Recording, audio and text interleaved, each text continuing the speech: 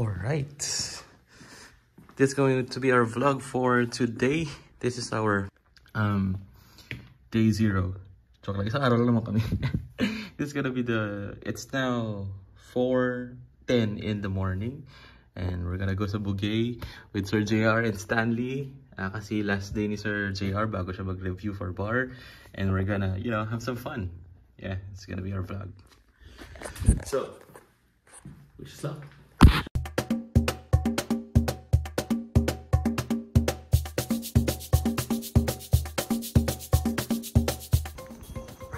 Ayan guys, hindi naman ko gano'n kadilim ngayon, no? By the way, I bought a new guitar. Binili ko tong guitar na to para sa gig namin. Pero binili ko rin siya para sa aming trip. Kasi maliit siya, no? Good for road trip. Hey, excited ako. Shit, wala na makita. Ayan, so umating na si Stanley. Nice. Maaga kami. Boss, lagay ko bag ko rito. May nag-vlog, may nag-shopping. Alis kami! Ayan, so kami ay ngayon nag-breakfast. Right on time. Yun na yun, bossing? Yun na yun. Hey! Okay, ewan ko saan kami pinupunta rin sa Stanley. Okay guys, so paglabas po dito, hulo, sulo na po. Ayan, dead end talaga. Babalik kami sa highway. Balik highway na lang po. Bakit kasi ganito ginagawa mo, Stan?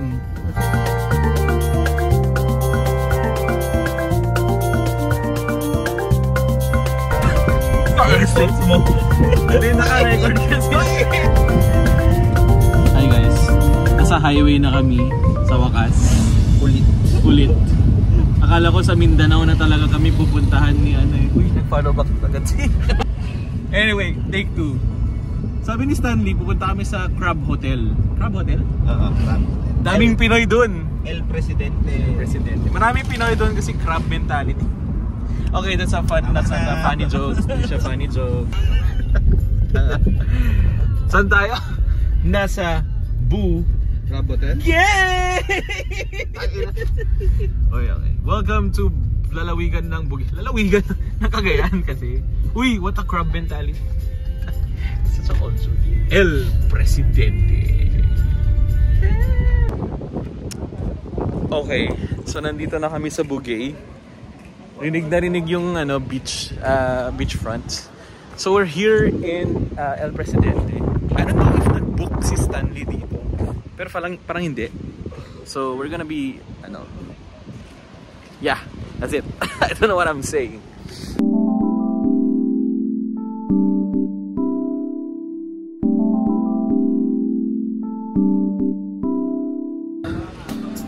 Yun ako random pimple. Anyway, so lilipat kami ng place. Medyo epic fail kasi high tide pala ngayon. So hindi kami pwede tumambay doon. So we're gonna transfer resorts. Yeah, see you there. Saan man kami. You know. Nice.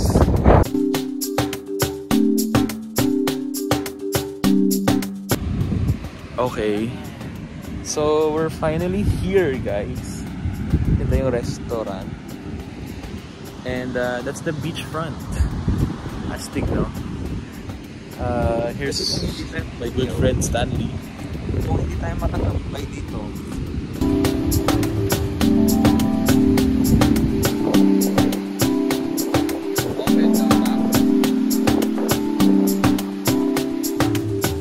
Okay, change of plans. Nasa Gonzaga na kami. 9A or 9B. Yung dalawang kubo dito. Dito na lang. 9. Yes, maganda. So nakapag-book kami ng kubo. Hindi na kami nag-hotel kasi medyo hindi sulit. Okay, so yeah, ito na yung beachfront.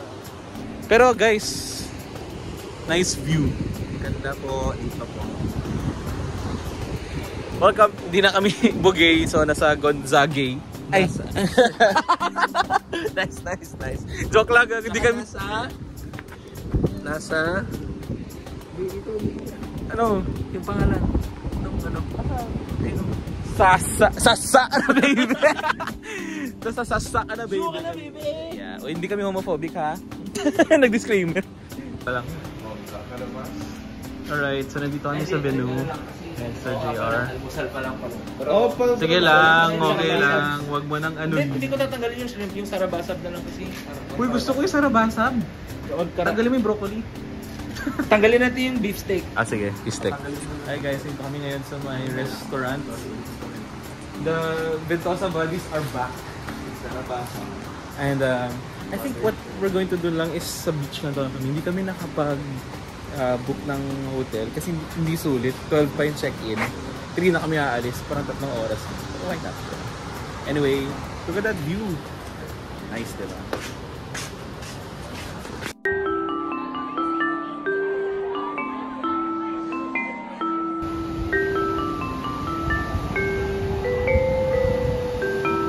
So, it's been a while since nag-beach ako actually. And I think we badly needed this after all. Wait lang. So yun po. Dapat kami pupunta sa Bugay. Nasa Gonzaga na kami. But we found a good place. We found a good resort. And bibili lang kami ng merienda, chips and whatnot. And siyempre magtatampisaw na kami in a while. Shout out kay Standy, ang aming driver. Okay, so snack secured. Wow, ang healthy. Healthy. Ayan. Tubig secured. Kasi wala akong dinalang tumbler, di ba?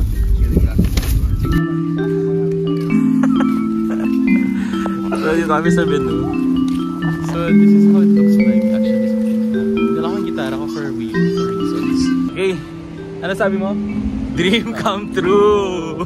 Ilang years na tayo nagsasama as friends. Ngayon pala tayo nagbi-beach. Beach please. Small, medium, large nga pala. Kikam and friends. Wala ayun na. Wala ayun na lang kung sino yung small, sino yung medium, at sino yung large sa amin. Look at this view! Magnificent view! Yeah.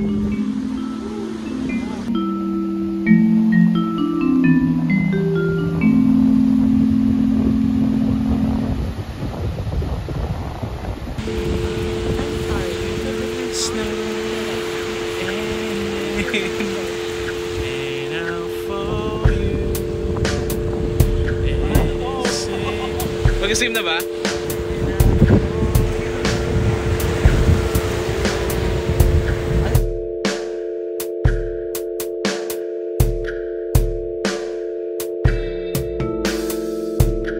Okay, so ngayon lang ako nagdagat ulit and it feels so surreal. Kasi kagabi nag-breakdown ako. Pero astig. Kasi kinailangan ko. Look at that view. Ang saya niya.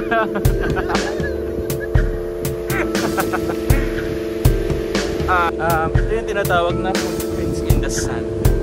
Footprints in the sand. Ano yung story ulit? Diba si Jesus, like, biglang may mysterious footsteps ganun. Diba?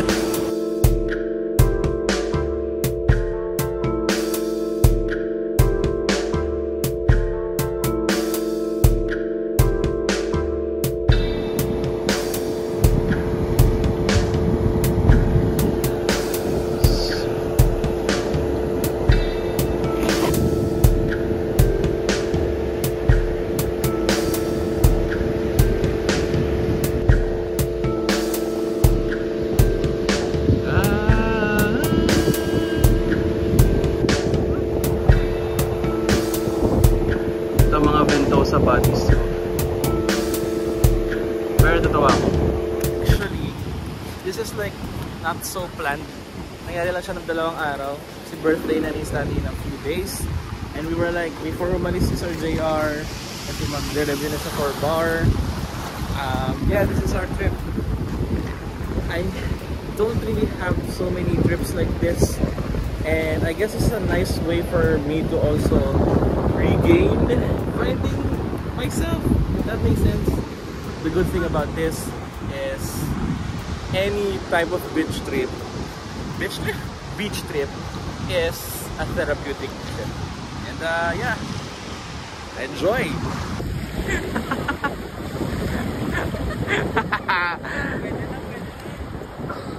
Buddy, mag-post ka. Yan. Ikaw nagsabi ah.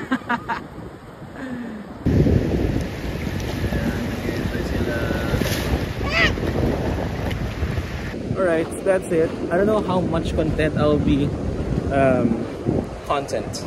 I don't know how much content. I don't fucking know. I don't know how much video it would take for me to like wrap this up, but I hope you still enjoy it. If hindi man, well, para lang ito sa mga friends ko, I guess. And I think the beautiful thing about this is these are memories to share with you guys, and I appreciate you guys so much. Praying for your successful examination at sana maging attorney ka na, Sir JR. In December, tatawagin ka na namin Attorney JR. Hey!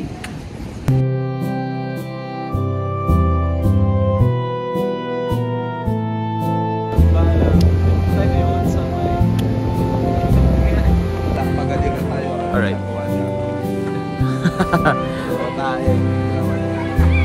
Tampak na record ko yun. Yan, si Dahol punta. Eh, palis na kami guys. It's 1:35 in the afternoon. Hindi ko masyado na vlog yung pag-swim namin. Kasi maraming tao and it's like kind of awkward. Hindi ko lang kung ma-upload nga itong vlog na ito. Wala masyado laman. Puro mukha ko. So maghahanap kami ng restaurant na may mga nagbebenta ng shrimps.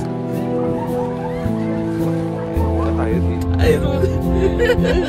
Ba't kasi ganito lang mo? Ano ulit yun? Anong gusto niyo dito? Bili na kayo. Ano lang sa akin, Salicoxib. Ano yung gamot mo? Yun nga, Salicoxib. Sa'yo? Silicon Forte. Silicon Forte. Eh, ako naman Eskelan.